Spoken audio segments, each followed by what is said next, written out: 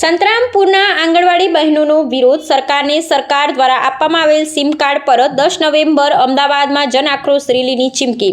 ગુજરાત રાજ્યની તમામ આંગણવાડી બહેનો દ્વારા સરકારશ્રી તરફથી આપવામાં આવેલ સિમ કાર્ડ પરત કરવાનો રાજ્યવ્યાપી નિર્ણય લેવામાં આવ્યો છે। આંદોલનના ભાગરૂપે આજે સંતરામપુર તાલુકાની આંગણવાડી બહેનો દ્વારા સંતરામપુર તાલુકા ICDS વિભાગમાં ભારતીય મજદૂર મહાસંઘના મહીસાગર જિલ્લા પ્રમુખ શ્રીમતી જશોદાબેન ડામોર તથા મંત્રી શ્રીમતી પીનલબેન પણદા અને તેમની સ્ટાફ સાથે મળી સરકારને સિમ કાર્ડ પરત કરી વિરોધ નોંધાવ્યો હતો। આંગણવાડી બહેનોના જણાવ્યા મુજબ ધરતી આભા જનજાતીય ગ્રામ ઉત્કર્ષ યોજના અને સુપોષિત મહીસાગર જેવી નવી યોજનાઓ અંતર્ગત વધારાના કામો સોંપવામાં આવ્યા છે, જ્યારે તેઓ પહેલેથી જ અનેક રોજિંદી જવાબદારીઓનું નિર્વહ કરી રહી છે।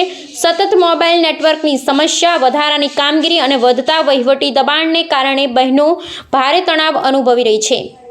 સરકાર અને વિભાગના અધિકારીઓને વારંવાર રજૂઆત કરવા છતાં કોઈ યોગ્ય ઉકેલ ન આવતા ભારતીય આંગણવાડી કર્મચારી મહાસંઘ દ્વારા 30 ઓક્ટોબર 2025થી રાજ્યવ્યાપી રીતે ICDS કચેરીઓ ખાતે સરકારના સિમ કાર્ડ પરત કરવાનું આંદોલન શરૂ કર્યું છે। આ સંઘની સ્પષ્ટ માંગ છે કે સરકાર તાત્કાલિક આંગણવાડી બહેનોના વાજબી પ્રશ્નોનો ઉકેલ લાવે અને વહીવટી તણાવ દૂર કરે, અન્યથા જો આ માંગણીઓ 10 નવેમ્બર પહેલાં સ્વીકારવામાં નહીં આવે તો તે દિવસે અમદાવાદ ખાતે વિશાળ જન આક્રોશ રેલી યોજાશે, જેમાં રાજ્યભરની આંગણવાડી બહેનો મોટી સંખ્યામાં જોડાશે।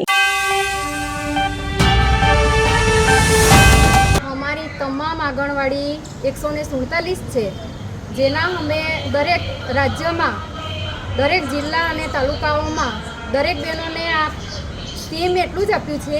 સિમના લીધે સારો ફોન આપે તો એની અગવડતા સારી હોય, અમે કામગીરી સારી કરી શકીએ અને કરવા માટે પણ તૈયાર છીએ।